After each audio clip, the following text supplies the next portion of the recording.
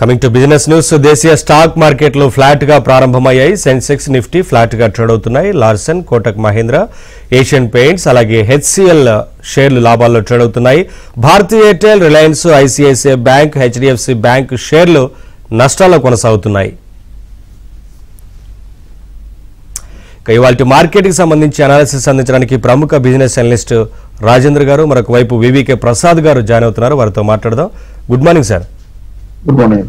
ముందుగా సార్ రాజేంద్ర గారు, నిన్నటి మంత్లీ ఎక్స్పైర్స్ లో ఎఫ్ఐఐ అమ్మకాల కారణంగా ఇటు బుల్స్ ను ఉత్సాహపరచలేకపోయాయి కదా, ర్యాలీలో విక్రయిస్తున్నారు. ఈ సమయంలో నిఫ్టీ గానీ బ్యాంక్ నిఫ్టీలు చార్ట్లలో ఎలా కనిపిస్తున్నాయి సార్?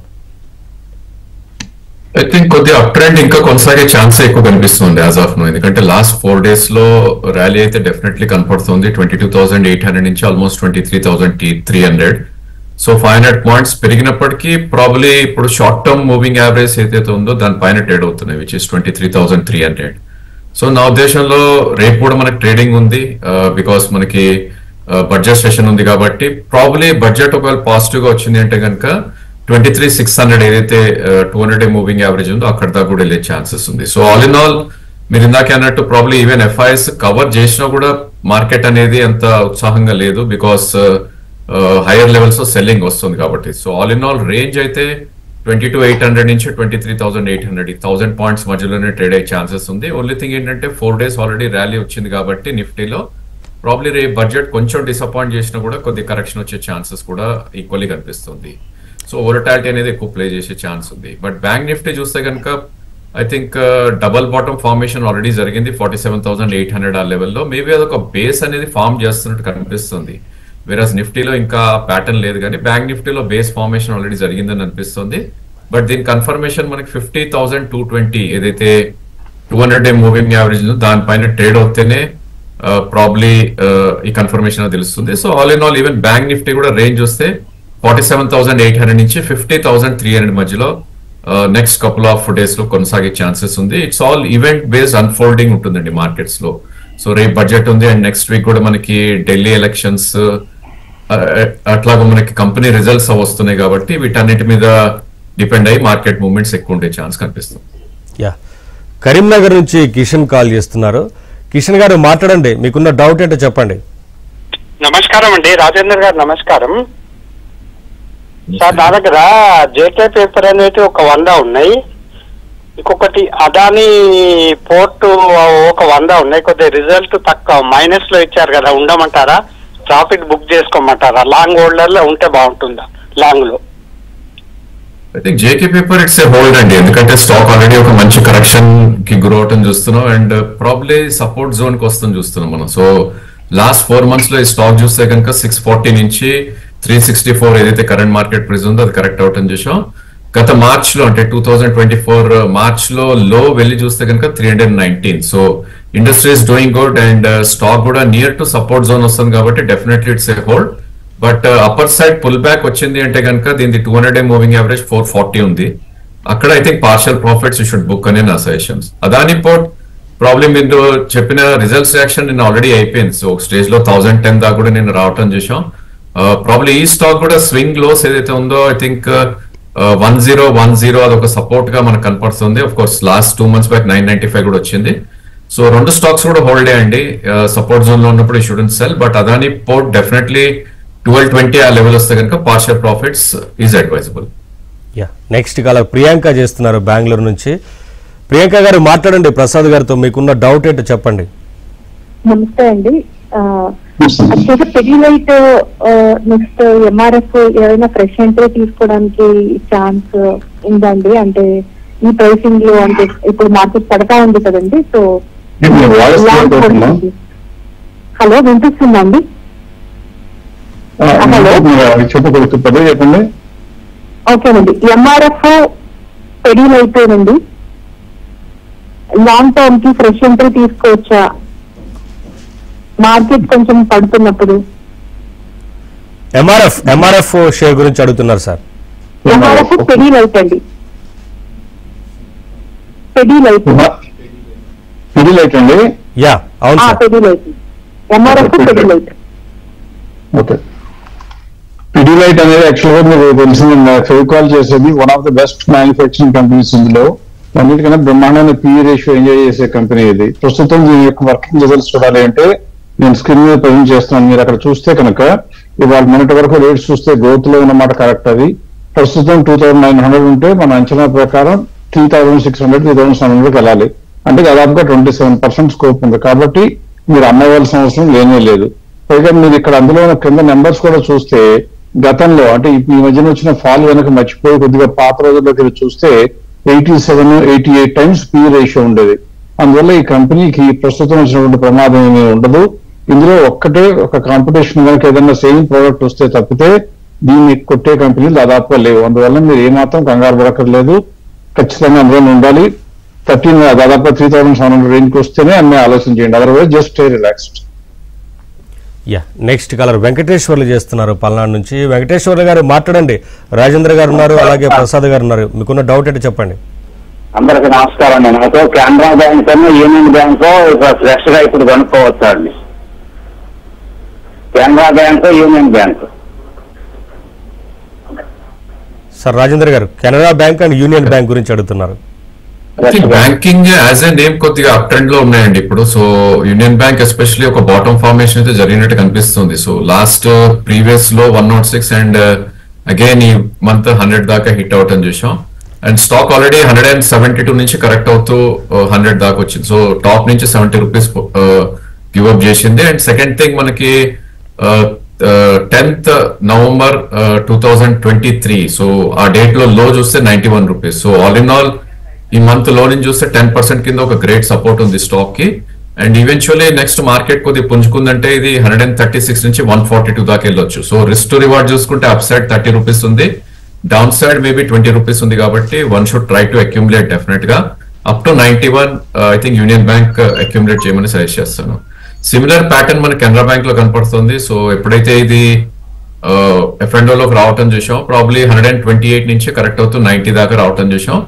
దీని ఒక base formation probably I think 81 దగ్గర కనపడుతుంది, విచ్ ఈస్ December 2023 ప్రైస్. అంటే ఆల్మోస్ట్ 1.5 year బ్యాక్ ప్రైస్ మనకి రావటం చూస్తున్నాం. కాబట్టి ఐ థింక్ ఈవెన్ ఈ స్టాక్ కూడా it's a hold, maybe dips లో కొనే ప్రయత్నం చేయొచ్చు 81. అండ్ అప్ సైడ్ టార్గెట్ దీన్ని చూస్తే కనుక 115 to 120 ఉంది. So 25 rupees upside and 10 rupees downside. కాబట్టి even for trading I think Canara Bank should be bought అని నా ఉద్దేశం. నెక్స్ట్ కాలర్ అమర్నాథ్ చేస్తున్నారు. అమర్నాథ్ గారు మాట్లాడండి ప్రసాద్ గారితో. మీకున్న డౌట్ ఏంటి చెప్పండి. హాయ్ సార్, ప్రసాద్ గారు. నమస్కారం సార్, నాకు 3 స్టాక్స్ యొక్క ఇన్ఫర్మేషన్ కావాలి సార్. ఒకటి ఎన్ఎండిసి సార్. ఎన్ఎండిసి నాకు అరౌండ్ 300 స్టాక్స్ ఉన్నాయండి. ఏ కంపెనీ ఉన్నారు? NMDC sir. NMDC, okay. NMDC ఒకటి, LNT Mindtree sir, next Bank of India. Okay, LTI Mindtree, NMDC, ఇంకోటి Bank of India. Bank of India గురించి చెప్పాలంటేనండి, public sector banks గురించి మీరు కంగారు పడాల్సిన విషయం ఉండదు. పైగా రాబోయే రోజుల్లో అంటే నెక్స్ట్ 3 to 6 months టైంలో కనీసం ఆర్బీఐ ఇండియాలో కూడా 2 సార్లు ఇంట్రెస్ట్ రేట్లు తగ్గించే అవకాశాలు బాగా ఎక్కువ ఉన్నాయి. ఎప్పుడైనా ఇంట్రెస్ట్ రేట్ కనుక తగ్గిస్తే బ్యాంకులకు వచ్చే లాభం ఏంటంటే ఈ పబ్లిక్ సెక్టర్ బ్యాంక్స్ అన్ని కూడా రూల్స్ ప్రకారం బోర్డునంత మనీ గవర్నమెంట్ సెక్యూరిటీస్ లో పెడతాయి. ఇంట్రెస్ట్ రేట్ తగ్గితే గవర్నమెంట్ సెక్యూరిటీ యొక్క మార్కెట్ రేట్ పెరిగి వాళ్ళ పోర్ట్ఫోలియో పెరుగుతుంది. పెరగంగానే వాళ్ళ బ్యాలెన్స్ షీట్లు చాలా హెల్తీగా కనపడతాయి. అందువల్ల బ్యాంక్ ఆఫ్ ఇండియా గురించి కంగారు పడక్కర్లేదు. లేకపోతే ఎన్ఎండిసి గురించి మీరు ఎప్పుడు కూడా ఆలోచించాల్సిందంటే ఈ పబ్లిక్ సెక్టర్ కంపెనీల్లోకి వెళ్ళిపోతే ఎప్పుడు కూడా బోర్డంత పొటెన్షియల్ కనపడుతుంది. కానీ మీకు ఈ మధ్యన వచ్చిన సుప్రీంకోర్టులో వచ్చిన రూలింగ్ ప్రకారం దాదాపుగా 20 సంవత్సరాల నుంచి కూడా పాత ట్యాక్స్ అన్ని కూడా వేయొచ్చు అని చెప్పడంతో అన్ని కూడా కింద పడిపోయినాయి. అందువల్ల ఈ టైంలో కొనుక్కోవాలంటే బాగా పడిపోయింది కాబట్టి కొనుక్కోవాలి. కానీ అదర్వైజ్ అట్లా మేజర్ గా రిస్క్ ఫ్యాక్టర్ ఉన్న కంపెనీల్లోకి వెళ్ళడం అనేది యూజువల్ గా అడ్వైజబుల్ కాదు. మా లెక్క ప్రకారం 57% స్కోప్ కనపడుతుంది. కానీ ఇదంతా ఏంటంటే నెంబర్ల ప్రకారమే చూస్తే, ఫ్యాక్ట్స్ ప్రకారం చూస్తే, సుప్రీంకోర్టులో వచ్చిన జడ్జిమెంట్ ప్రకారం చూస్తే మాత్రం కొద్దిగా కంగారు పడాల్సిన అవసరం ఉంది. అలాగే మీరు ఇంకోటి ఎల్టీఐ మైండ్ ట్రీ అన్నారు. ఎల్టీఐ మైండ్ ట్రీ కనుక చూడాలి అంటే దానికి ఉన్నటువంటి పెర్ఫార్మెన్స్ ప్రకారం కళ్ళకు అద్దుకుని కొనుక్కోవాల్సిన కంపెనీ. రిజల్ట్స్ కూడా 2024 December కూడా వచ్చేసినాయి, అన్ని బాగున్నాయి. 5,840 ఇప్పుడున్న మార్కెట్ చాలా అండర్ ప్రైస్ అని చెప్పాలి. 7,700 is the anticipated fair price. So 33% scope ఉంది. కాబట్టి ఈ కంపెనీని మీరు చూస్తే 6,700 రూపాయలు ఉండే కంపెనీ ఈ మధ్య కాలంలో దాదాపుగా కింద పడిపోయి వచ్చింది. సో ఈ టైంలో కొనుక్కోవడానికి మంచిది. మీ దగ్గర ఉంటే మాత్రం దివ్యంగా ఉంచుకోవచ్చు. నెక్స్ట్ కాలర్ పద్మ చేస్తున్నారు. పద్మ గారు మాట్లాడండి రాజేంద్ర గారితో, మీకున్న డౌట్ ఏంటో చెప్పండి. నమస్తే అండి, నా దగ్గర తేజస్ నెట్వర్క్స్ 700 యావరేజ్ లో 1000 షేర్స్ ఉన్నాయండి. రీసెంట్ కాల్లో అది ఆల్మోస్ట్ నేను కొన్న ప్రైస్ దగ్గరకు వచ్చేసింది. దాని ఫెయిర్ వాల్యూ ఎంతండి? అంటే లైక్ తిరిగి మళ్ళీ 1400 కి వెళ్లే ఛాన్సెస్ ఉంటాయా? లాంగ్ టర్మ్ హోల్డ్ కే కొన్నారండి, 1 year and above. I think ఈ స్టాక్ మనకి 2024 మార్చ్ లోకి వెళ్ళి చూస్తే 650 రూపీస్ ఉన్న స్టాక్ అండి. దాని తర్వాత ఇది విత్ ఇన్ 2 months లోనే ఆల్మోస్ట్ ఇది 1495 దాకా రావటం చూసాం. సో ఇప్పుడు మనం చెప్తుంటాం ఏ స్టాక్ అయినా 2-3 months లో డబుల్ అవుతే కనుక కన్సాలిడేట్ వెళ్ళే ఛాన్సెస్ ఎక్కువ ఉంటుందని. బట్ సర్ప్రైజింగ్లీ ఈ స్టాక్ ఒక కీ సపోర్ట్ ని బ్రీచ్ అవుందండి. ఏదైతే 6th month 2024 లో ఉందో 1000 రూపీస్ బ్రీచ్ అయింది. సో ఇప్పుడు ఇలాంటి బ్రేక్ డౌన్స్ వచ్చినప్పుడు probably stock double bottoms visit చేసే ఛాన్స్ ఉంటుంది, which is 664. So 822 current market price ఉంది. మీ ఎంట్రీ ప్రైస్ ఇస్ గుడ్ అండి, బట్ పార్షియల్ ప్రాఫిట్స్ అప్పర్ లో బుక్ చేసుకోవాల్సింది. బట్ ఏదైనప్పటికీ నా ఉద్దేశంలో 1400 వరకు అయితే వెయిట్ చేయకూడదని నా సజెషన్ ఇక్కడ. ఎందుకంటే ఇంత డెంట్ అయినాక ప్రీవియస్ హైస్ రావటం it's very very tough. So నా ఉద్దేశంలో 1150 అనేది ఒక కీ రెసిస్టెన్స్ ఉంటుంది. దాని తర్వాత ప్రాబ్లీ 1342 అనేది ఒక మేజర్ రెసిస్టెన్స్ ఉంటుంది ఈ స్టాక్ కి. సో పుల్ బ్యాక్స్ లో 1120, 1130 మధ్యలో అట్లీస్ట్ పార్షియల్ ప్రాఫిట్స్ బుక్ చేసుకోవాలి. ఇన్ కేస్ మీరు స్టాప్ లాస్ పెట్టుకోవాలంటే చాలా వైడ్ లో ఉంది, ఇప్పుడు 664 కింద స్టాప్ లాస్ కూడా సజెస్ట్ చేస్తాను. ప్రసాద్ గారు, ఫ్యూచర్ అండ్ ఆప్షన్స్ లో ఇటు కొత్తగా వచ్చిన స్టాక్లలో చాలా విక్రయాలు జరుగుతున్నాయి కదా, ఈ పరిస్థితిలో చార్ట్లు ఏం సూచిస్తున్నాయి సార్?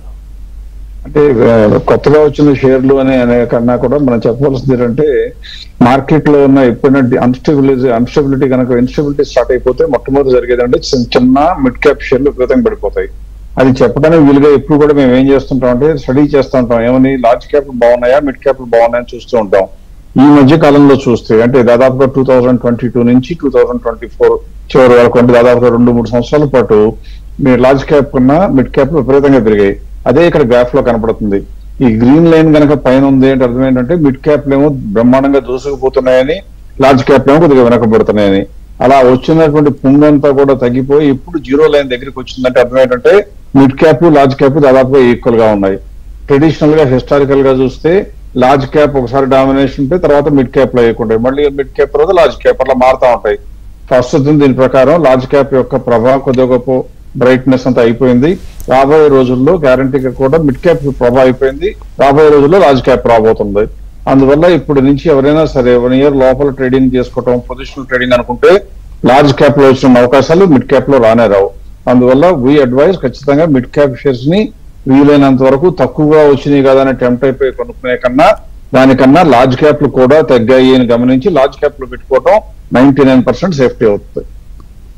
కాల్ ఉన్నారు, శ్రీకాంత్ కాల్ చేస్తున్నారు. శ్రీకాంత్ గారు మాట్లాడండి రాజేంద్ర గారితో, మీకున్న డౌట్ ఏంటో చెప్పండి. సార్ గుడ్ మార్నింగ్ సార్, నా పేరు శ్రీరామ్, హైదరాబాద్ నుంచి చేస్తున్నాను సార్. చెప్పండి సార్. నాకు 3 డౌట్స్ ఉన్నాయి సార్.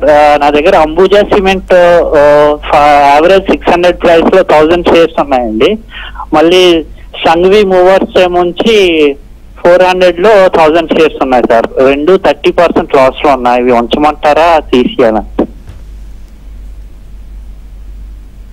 డెఫినెట్లీ ఉంచాలండి ఈ స్టేజ్ లో. Ambuja Cement is not a bad stock, so definitely I think ఇక్కడ we should hold on. And probably in fact ఈ స్టాక్ ఇంకొద్ది కరెక్ట్ అవుతే కనుక యాడ్ చేసే ప్రయత్నం చేయాలి.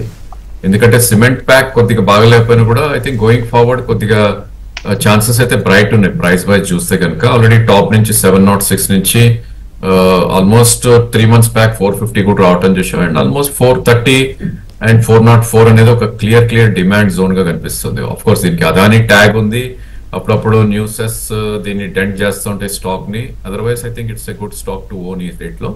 బట్ ఓన్లీ థింగ్ ఏంటంటే 600 నుంచి 630 మధ్యలో రెసిస్టెన్స్ పాయింట్ కూడా ఉంది ఈక్వల్ గా. సో అక్కడ I think you should try to book some profits కూడా ఒకవేళ పుల్ బ్యాక్ ర్యాలీస్ వస్తే కనుక. So as a trading back definitely it's a hold Adani Ambuja cements. Fundamental కూడా చాలా బాగుందండి ఈ కంపెనీ, ఏమాత్రం కూడా భయపడక్కర్లేదు. అదాని ట్యాగ్ ఉంది ఎవరైనా పక్కన పెట్టేస్తే వేల కోట్లు టర్న్ ఓవర్ చేస్తూ 100 కోట్లు లాభాలు వస్తున్న కంపెనీకి అదాని ట్యాగ్ ఉన్నంత మాత్రాన తగ్గాల్సిన అవసరం ఉండకూడదు. అందువల్ల ఇది 510 రూపీస్ దాదాపుగా నిన్న ప్రైస్ ఉంటే 750 కన్నా తక్కువ దాదాపుగా చీప్ ప్రైస్ అని లెక్క. అందువల్ల ఎట్టి పరిస్థితుల్లో ఉంచాలి.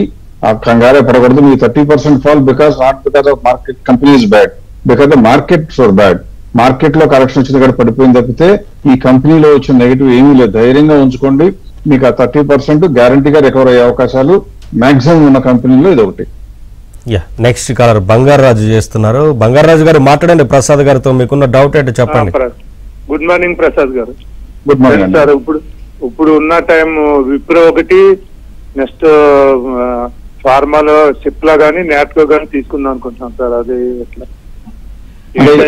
ఇది అనేది కానీ నేను మొత్తం 3 చెప్తానండి. ఇప్పుడు విప్రో అన్నారు అనుకోండి, విప్రో అయితే మీరు కళ్ళ కదుకుని కొనుక్కోవాల్సిన కంపెనీ. ఎన్నో రోజుల నుంచి సబ్జ్యూడ్ గా ఉన్న కంపెనీ ఈ మధ్య కాలంలో పెర్ఫార్మెన్స్ బాగా వచ్చింది. దానికి రిజల్ట్ ఏంటంటే మీరే చూస్తే నెట్ ప్రాఫిట్ మార్జిన్ స్క్రీన్ మీద కనపడుతుంది. మీరు చూసినట్లయితే 12% వరకు మార్జిన్ వెళ్ళిపోయిన కంపెనీ ఇప్పుడు 14% వచ్చింది. సేల్స్ చూస్తే 26,000 కోట్ల 28,000 కోట్లు అవటం, ప్రాఫిట్ పెరగటం, ఎబిటా పెరగటం అన్ని హిస్టారిక్ హై ఉన్నాయి. కాబట్టి Wipro is definitely worth company, definite గా కొనుక్కోవాలి. తర్వాత మీరు ఇంకో 2 కంపెనీలు చెప్పారండి. సిప్లా అన్నారు కదా, సిప్లా అనేది కూడా సిప్లా నాట్కో మధ్యన కనుక చూస్తే Cipla and any day is much larger company the Natco is. కాబట్టి సిప్లాకి ముందు ఓటు వేయాలి. ఎందుకంటే ఇంతకు ముందు కూడా మనం చెప్పినట్టుగా లార్జ్ క్యాప్ లో ఉన్నంత స్కోప్ మిడ్ క్యాప్ లో స్మాల్ క్యాప్ లో ఉండకపోవచ్చు అని. అది వాళ్ళ రోజును చూస్తే గ్రోత్ లో ఉందంటే ఉంది. డిసెంబర్ రిజల్ట్స్ కూడా వచ్చేసి ప్రమాణంగా ఉన్నాయి. మీరు ఇక్కడ స్క్రీన్ మీద కనపడుతున్న నెట్ ప్రాఫిట్ మార్జిన్ లో చూస్తే 16%. ఈ ఫార్మాస్యూటికల్ లో మార్జిన్ విపరీతంగా పెరగవు. ఎప్పుడు 16% నుంచి 18.78 1 year లో, అంటే 2.5% దాదాపుగా మార్జిన్ పెరిగిన కంపెనీ సిప్లా. అందువలన ప్రాఫిట్ కూడా చూస్తే 4,000 కోట్లు ఉంటే అది కూడా 5,000 కోట్లు అయిపోయింది. సేల్స్ ఏమో పెద్దగా పెరగకపోయినా కూడా సేల్స్ 1,000 కోట్లు పెరిగితే ప్రాఫిట్ 1,500 దాదాపు 500 కోట్లు పెరిగిందంటే మీరు ఆలోచించుకోవచ్చు this is very effectively manage company అని. ఇది మన ఫేర్ ప్రైస్ ఈజ్ 1,900 దగ్గర ఉందండి. ఇప్పుడు కూడా 30% స్కోప్ ఉంది. కాబట్టి నాట్కో సిప్లా మధ్య చూస్తే ఖచ్చితంగా my vote is only for Cipla. Next caller Anand Kumar చేస్తున్నారు. ఆనంద్ కుమార్ గారు మాట్లాడండి రాజేందర్ గారితో, డౌట్ ఏంటో చెప్పండి.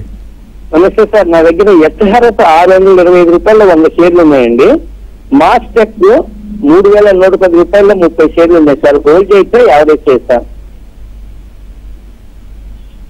మాస్టెక్ ఇట్స్ ఏ హోల్డ్ అండి ఇక్కడ, ఎందుకంటే IT is doing good and probably ఈ స్టాక్ మిడ్ క్యాప్ నేమ్స్ లో I think it's one of the good performing stock. తో మనకి మల్టీ మంత్ లోస్ దగ్గరకు వచ్చినా కూడా ఐ థింక్ పుల్ బ్యాక్స్ కూడా చాలా ఫాస్ట్ గా ఉండే ఛాన్స్ ఉంది. సో 2137 అనేది ఒక మేజర్ సపోర్ట్ ఉంటుంది. ఇది లాస్ట్ ఇయర్ జూలై లో అది. So almost we are. సో ఈ మంత్ 2300 కూడా రావటం చూసాం.